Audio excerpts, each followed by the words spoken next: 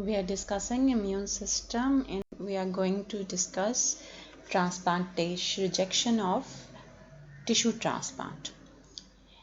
Now, in which we will discuss the renal transplant rejection, which is further divided into three phases that depends upon the time duration of rejection of the graft.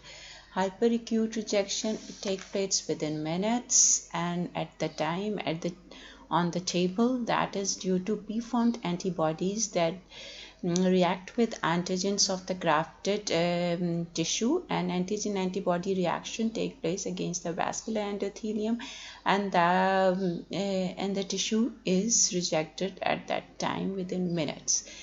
Acute transplant rejection, it takes days to months, and it's further divided into acute cellular rejection that results in mononuclear interstitial infiltrate, and humoral transplant rejection that results in vasculitis or damage, inflammation of the vascular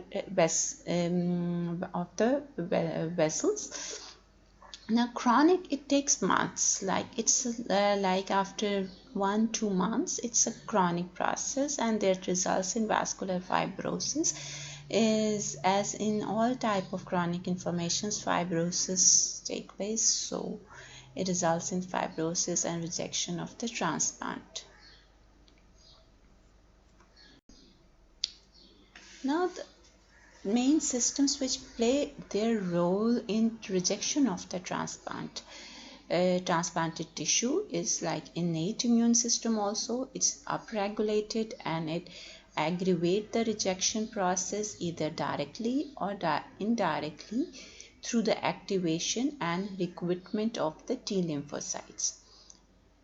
Injured tissue, it expresses ligands of toll-like receptors, TLR. Toll-like receptors sense the presence of foreign tissue molecules, and they produce factors that causes maturation and activation of dendritic cells, and they have an important role in promoting acute rejection. Another element of innate immunity is the complement system that produces C3a, C5a that directly activate the engrafted T cells, donor cells, and antigen presenting cells, APCs, and there is increase in MSC class 1 peptide on endothelial surface, and that activate NK cells in cytotoxic CD T cells as well as. Antibody-mediated rejection. Most recipients, they do not have antibodies against HLA molecules, human leukocyte antigen molecules, before transplantation, unless they were sensitized by exposure to alloantigens through pregnancy, blood transfusion, or previous transplantation.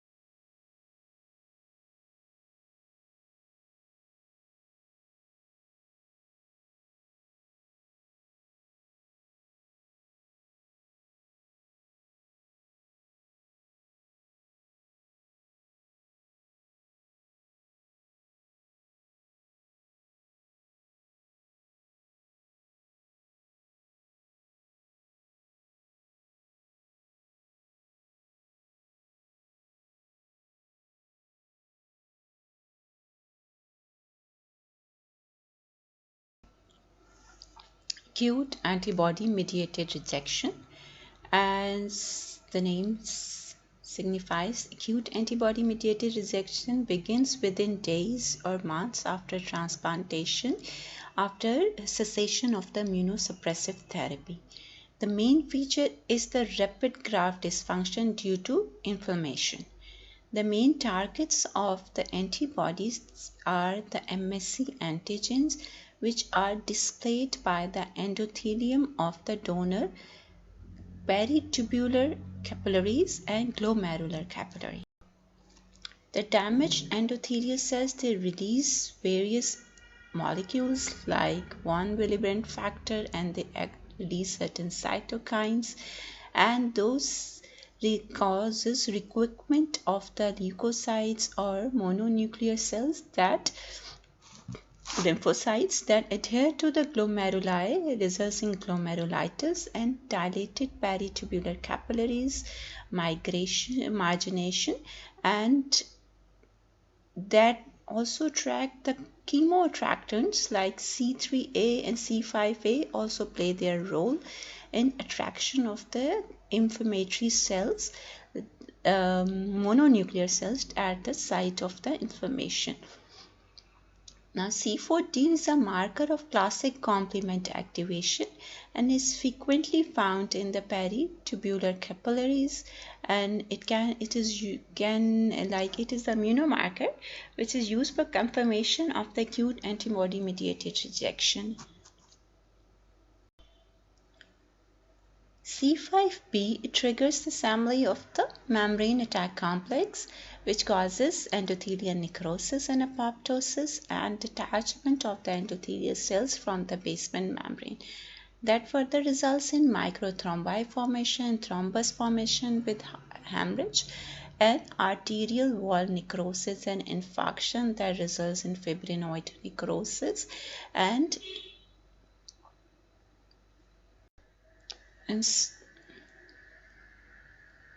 now this diagram shows how this antibody mediated rejection take place. Now, antibodies that are formed against the donor antigen or MSC, they bind to those antigens, and these antigen antibody complexes take place on the endothelial surface of the vessel, and this causes the activation of the complement system. And complement system get activated, it causes recruitment of the mononuclear cells, lymphocytes at that site, and that results in endothelial cell necrosis, and this endothelial cell necrosis further recruit other inflammatory cells and that causes the deposition of the platelets and coagulation and take place. Now, this is the histologic picture which shows taken from the kidney graft, that is shows these glomeruli, and adjacent to these two glomeruli there are renal tubules, and there is hardly you can appreciate any interstitial tissue between these glomeruli and tubules. Adjacent to these tubules are the peritubular capillaries. Now, the arrows that shows the mononuclear lymphocytic infiltrate into that are lifting the endothelial lining of the glomerular capillaries and peritubular capillaries. Adjacent to that diagram, it's a high power view which shows these tubules, and adjacent to these tubules the capillaries shows mononuclear lymphocytic infiltrate, and that results, as we have said, in C4D complement active deposition within the glomeruli that can be highlighted by immunohistochemical stain C4D in acute antibody mediated rejection. That confirms that type of rejection as it's acute, but the cells that are infiltrated, they are mononuclear cells. So the acute signifies the duration, time duration, like if it's in minutes, in days, it's hyperacute, and if it's in minutes to days, in days to months, then it is acute rejection. And if it's like months, several months, it takes place after several months, then it is chronic rejection. T-cell mediated rejection.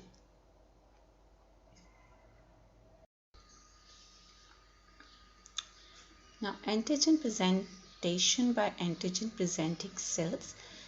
The most common form of acute allograft rejection is initiated when donor alloantigens are presented to the T lymphocytes of the recipient by antigen-presenting cells of the donor. Immature dendritic cells within the graft carry donor antigen from the transplanted organ to the recipient's draining lymphocytes and spleen. And these antigen-presenting cells then present that antigen to the recipient's T cell, CD4's T cell, or that T cells then differentiate into various subgroups and return to the graft where they take part in destroying the transplanted. This flowchart shows activation of T lymphocytes like donor antigen presenting cells, this immature dendritic cell. It presents that antigen to the CD4 T cells of the recipient. That results in activation of the T cell, release of certain cytokines, interferons, and that cytokines then play their role in their inflammation.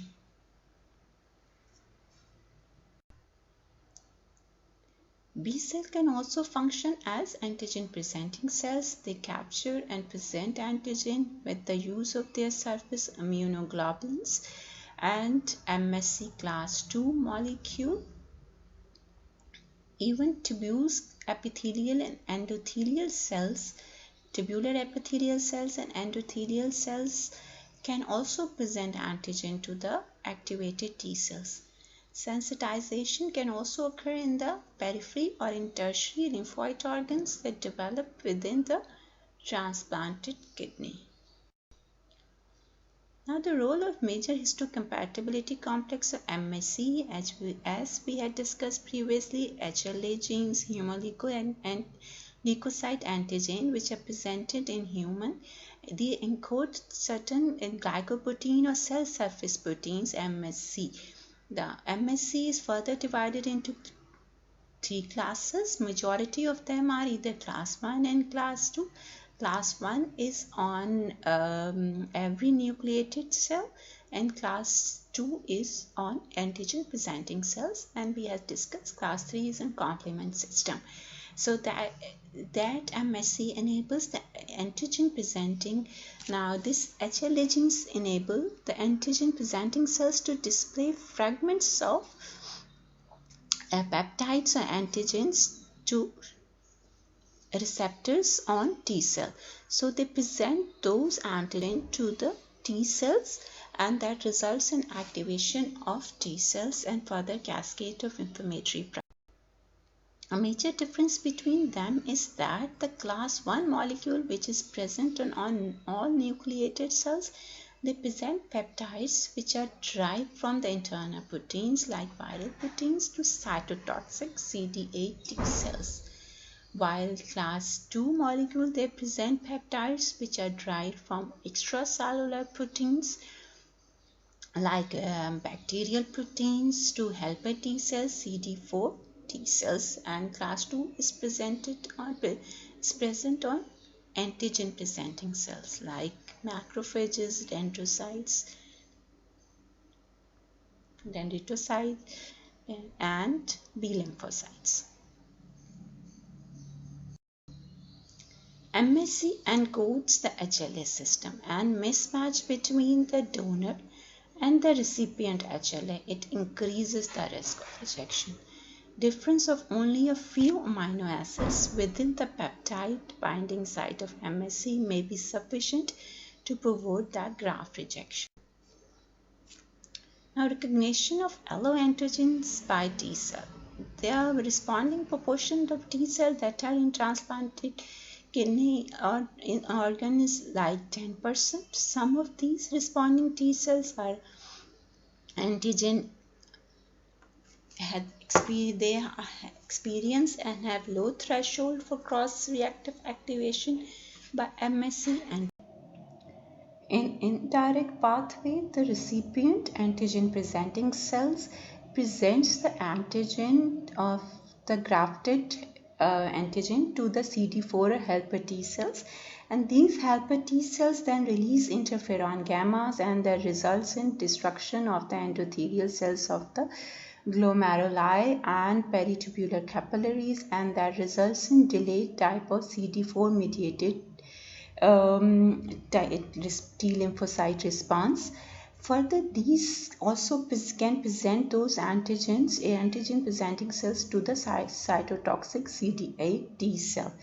The grafted antigen is also bind with the immunoglobulins that is attached on the surface of the B cells, and that release plasma cells, and those plasma cells release further immunoglobulins and antibodies into the circulation, and that results in endothelial cell damage, endothelial injury, and that renal blood vessels injury and rejection of the graft.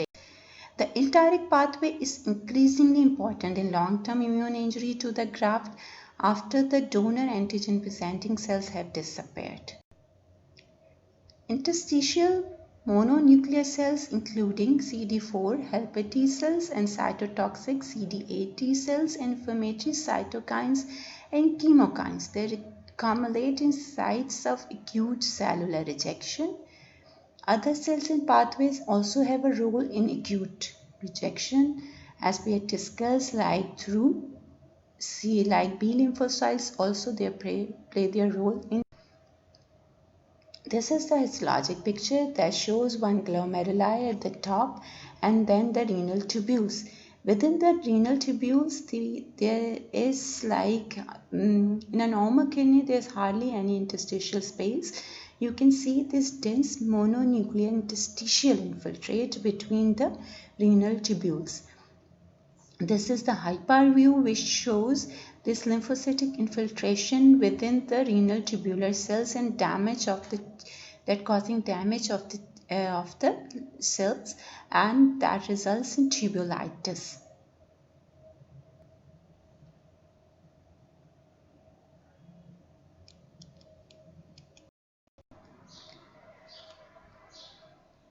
This photograph shows acute cellular rejection. On the top, you can see these renal tubules. Within these renal tubules, adjacent to them are renal peritubular capillaries, and there is infiltration of mononuclear cells within the peritubular capillaries. That results can be signified by the immunohistochemical stain C4D that is positive in the peritubular capillaries. So this is acute cellular rejection. In acute humoral rejection, that results in necrotizing vasculitis. There is destruction of the vessel wall, internal elastic lamina with deposition of the fibrinoid material within the vessels. That results in proliferation of smooth muscle cells and fibrosis. If this process continues, that leads to chronic rejection. So on the upper top, you can see the lumen is still appreciable, but that proliferation of the vessel wall smooth muscle cells results in occlusion of or narrowing of the vessel wall, and that results in infarction of the organ. And in this signifies the chronic rejection. In chronic rejection, you can appreciate there is a vessel, there is thickening of the vessel wall and fibrosis, and the occlusion of the lumen of the vessel wall take place when it's chronic in rejection. This is the needle core, which shows this thick wall, occluded lumen vessel wall with tubular atrophy, and there is also interstitial fibrosis. Future of the alloimmune response remains the primary obstacle in successful kidney transplantation, and rejection of the graft entails much more than the T cell response. Other elements that includes in graft rejection, as we had discussed, are the innate immune system like NK cells, natural killer cells, macrophages, and complement system, adaptive immune system of antigen-specific T lymphocytes and B lymphocytes activations, and cells intrinsic to the graft such as endothelium also plays their role in activation of the immune system. Antibody-mediated rejection is increasingly recognized as a contributor to the late graft injury. Current therapies which are focused on the initial stages of T-cell activation as minimize early acute rejection. Like these includes HLA matching between donor and recipient, immunosuppressive therapy that blocks T-cell activation, T-cell destruction, anti-T-cell antibodies, plasmapheresis, and anti-B cell therapy.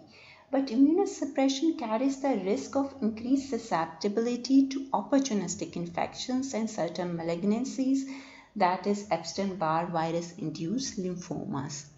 So we need to improve our understanding of the mechanism of underlying chronic graft dysfunction and develop better treatments to prevent loss of the graft.